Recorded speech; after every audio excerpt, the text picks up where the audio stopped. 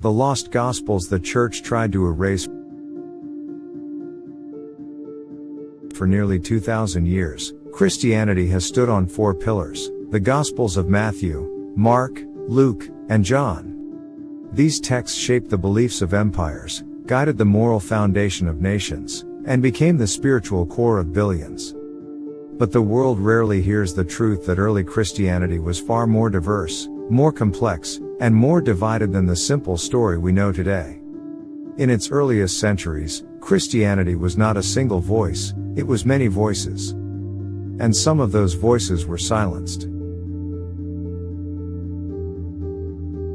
Hidden in deserts, buried in caves, sealed inside forgotten jars, and lost within ancient monasteries, there existed writings that told a very different side of the Christian beginning. These texts were known, shared, and respected by many of the earliest believers. They carried teachings attributed to Jesus and his closest followers. They offered interpretations that were powerful, poetic, and deeply spiritual. And then, they disappeared. These are the lost Gospels, writings the early church excluded, restricted, or erased, not because they were proven false, but because their ideas were too difficult to control. They presented a picture of Christianity that did not fit the structure the church wanted to build. And so, century by century, they faded from public memory. For almost 1,600 years, these texts were thought to be gone forever. Then, in 1945, an Egyptian farmer struck a buried clay jar near the desert cliffs of Nag Hammadi. Inside were manuscripts unseen since antiquity, Gospels no one alive had ever read. The discovery shook the world. Historians realized they were holding writings older than many parts of the modern Bible.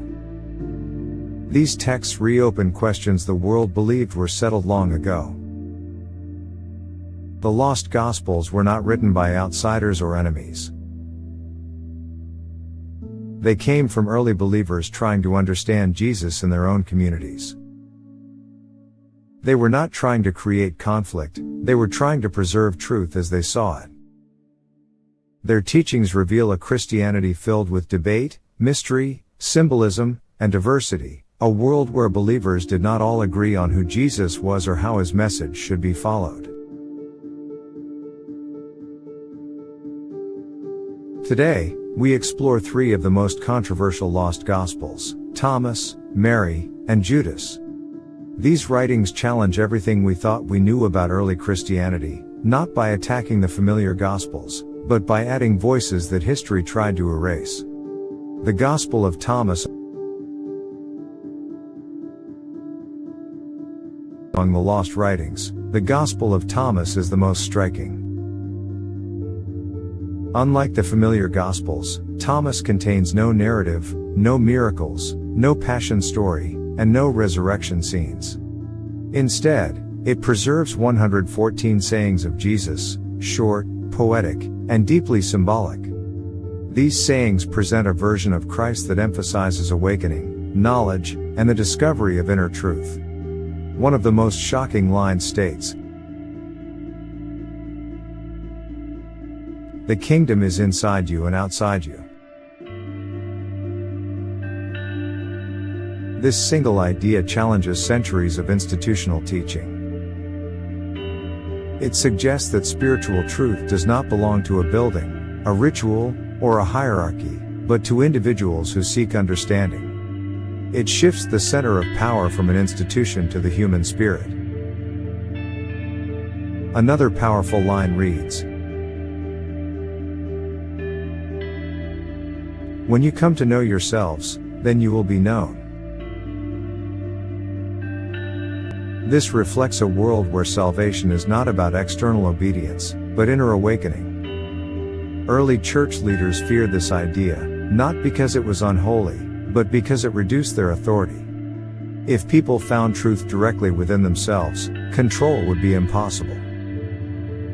Thomas also includes secret teachings, private conversations between Jesus and his closest followers. This contradicted the emerging belief that all official teachings were public, simple, and universal. A gospel filled with hidden meanings and spiritual puzzles did not fit the path the Orthodox Church was building. For early communities, however, the Gospel of Thomas was cherished. It represented deep spiritual exploration. It encouraged believers to think, question, and seek enlightenment. But texts that empower individuals weaken institutions. So Thomas gradually disappeared, surviving only because someone hid it in the desert, knowing it might one day be needed again. The Gospel of Mary Magdalene. Few lost writings challenged the early church as directly as the Gospel of Mary. For almost 2,000 years, Mary Magdalene was reduced to a minor role in mainstream tradition. But the Gospel of Mary shows something very different. In this writing, she is not a silent follower, she is one of Jesus's closest companions, someone he trusted with private spiritual teachings. The text begins after Jesus's departure. The disciples are confused and afraid. It is Mary who comforts them. It is Mary who explains teachings they did not understand.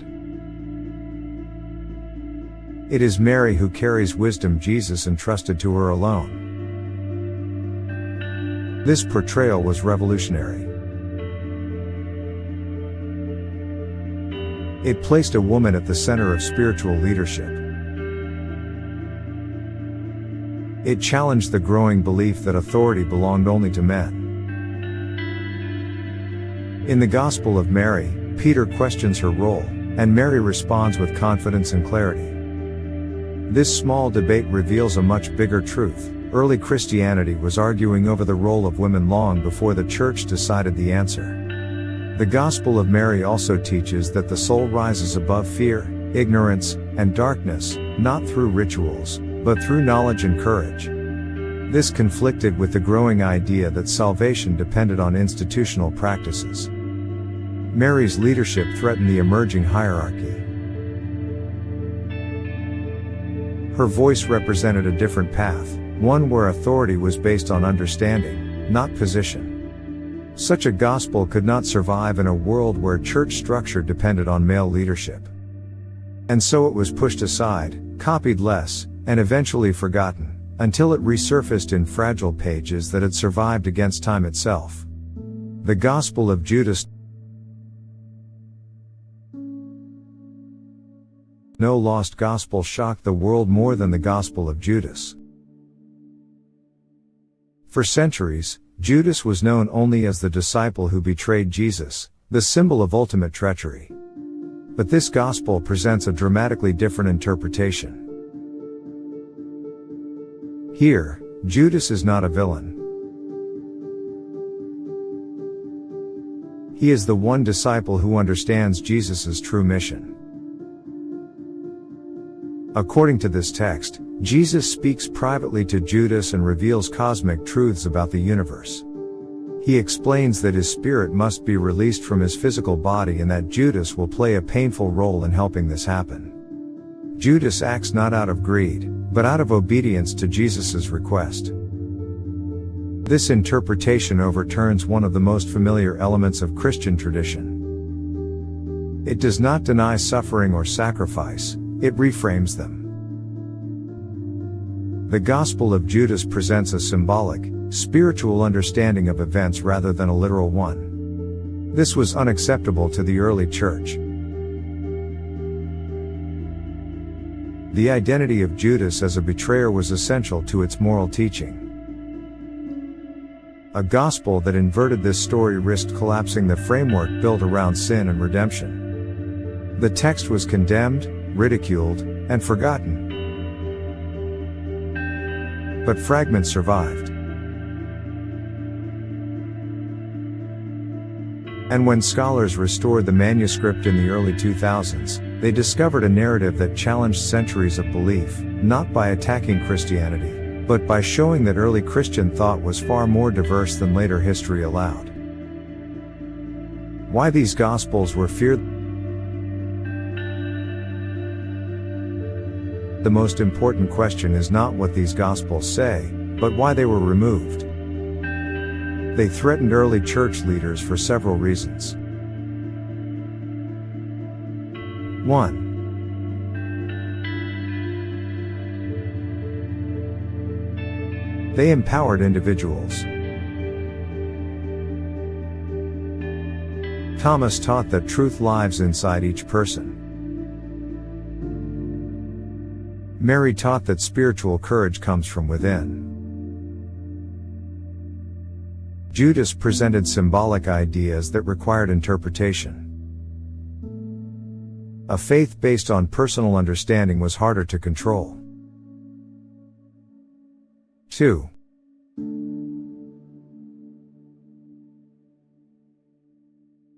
They challenged hierarchy. Mary Magdalene's leadership challenged male authority. Thomas challenged institutional power. Philip challenged ritual dependence. 3.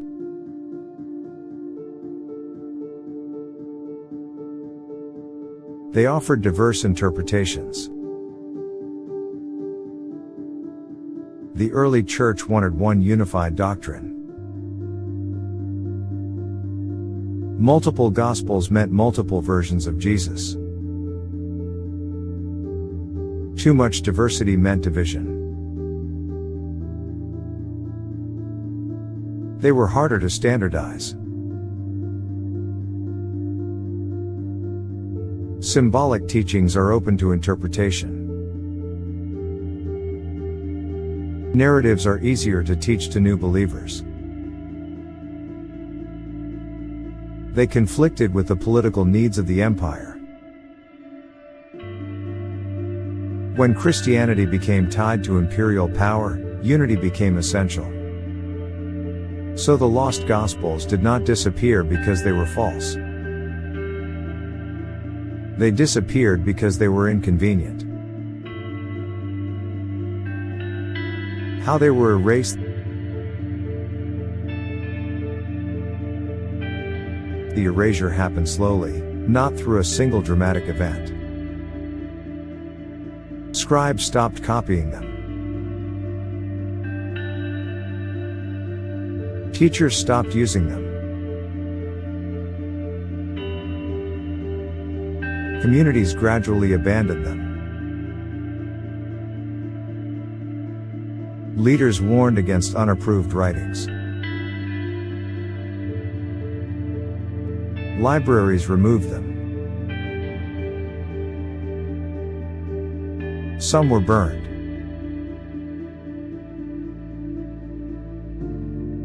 Others were hidden.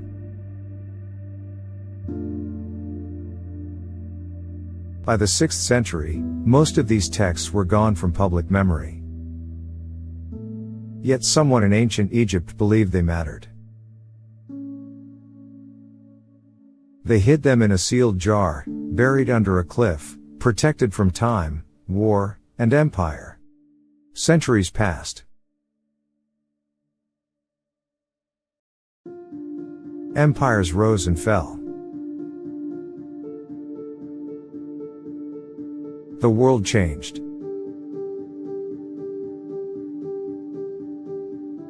But the jar remained. Until 1945. The rediscovery that changed everything. Two brothers searching for fertilizer near the cliffs of Nag Hammadi broke open a buried jar. Inside were 13 leather-bound books, gospels, letters, and writings that scholars believed were lost forever. When these texts were translated, the world saw early Christianity in a new light. These manuscripts revealed a time when believers explored ideas freely, questioned boldly, and sought meaning in different ways. They showed that the early church did not begin as a single, unified institution, but as a vibrant, diverse, and evolving movement. The lost Gospels do not replace the familiar four. They expand the story. They fill the silence left by those who were erased. They show us that history is not a straight line, it is a mosaic. What the lost Gospels mean today. These writings teach that the earliest followers of Jesus searched for truth from many angles. They debated, disagreed, questioned, and explored. They sought knowledge not through fear, but through curiosity. They believed that understanding came from experience, awareness, and courage. Their voices remind us that faith was never meant to be a closed box. It was meant to be a journey, an exploration of the divine through the human heart. The lost Gospels survived because their message still matters. Truth cannot be erased forever. Hidden voices eventually return. For centuries, scholars assumed that early Christianity had always followed a single path of belief. But the rediscovered texts revealed something far more complex. In the first 300 years after Jesus, Christianity was closer to a vast conversation than a structured religion. Communities in Egypt, Syria, Greece, and Jerusalem did not always agree on doctrine. Some groups emphasized spiritual enlightenment.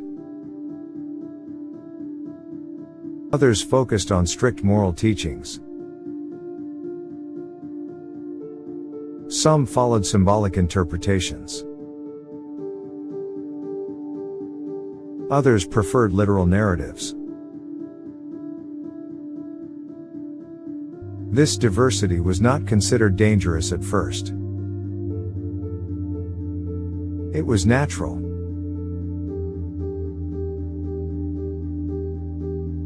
It reflected cultural differences, regional traditions, and various teachers who shaped their communities. But once Christianity began to gain influence, especially in the Roman Empire, diversity became a challenge. Leaders feared that disagreements could weaken the growing movement.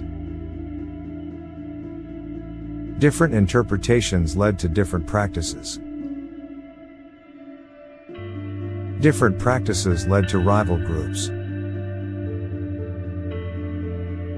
And rival groups could threaten unity. This is why church leaders began debating which writings reflected the true faith. It took centuries for these debates to settle.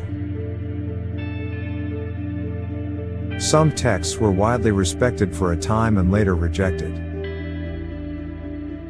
Others were nearly forgotten and later retrieved. Slowly, the structure of orthodoxy took shape, and with it, the boundaries of acceptable teaching. One of the most surprising discoveries was that several lost writings were originally preserved in monasteries. Despite official disapproval, some monks kept copies because they believed these texts carried spiritual wisdom. Instead of destroying them, they quietly hid them behind walls, inside jars, or beneath floors, hoping that future generations would treat them with greater openness. The rediscovery of these hidden manuscripts shows that the past is never truly gone. Beneath layers of sand and time, history waits. The lost Gospels survive as a reminder that truth is often larger, wider, and deeper than the version protected by institutions. Yet even with all we've recovered, one question refuses to stay silent. If these manuscripts survived by chance, how many others are still hidden? How many scrolls lie buried beneath forgotten temples, sealed in desert caves, or locked inside ancient libraries where no one has looked for centuries? The lost Gospels prove that history is not complete, It is unfinished, waiting for its missing pieces to return. And when those missing pieces finally appear, they do more than rewrite history. They expose a world the ancient church never wanted anyone to see. Because if these forbidden texts were hidden, what else was removed? What other books were silenced before the Bible took its final shape? And what truths might still lie buried, waiting for the moment they can no longer be ignored? In the next episode, we uncover the forbidden books the early church removed, the writings suppressed during the formation of Christianity, and the secrets that still echo across time. History did not lose these texts by accident. Someone wanted them forgotten. But they didn't stay silent forever.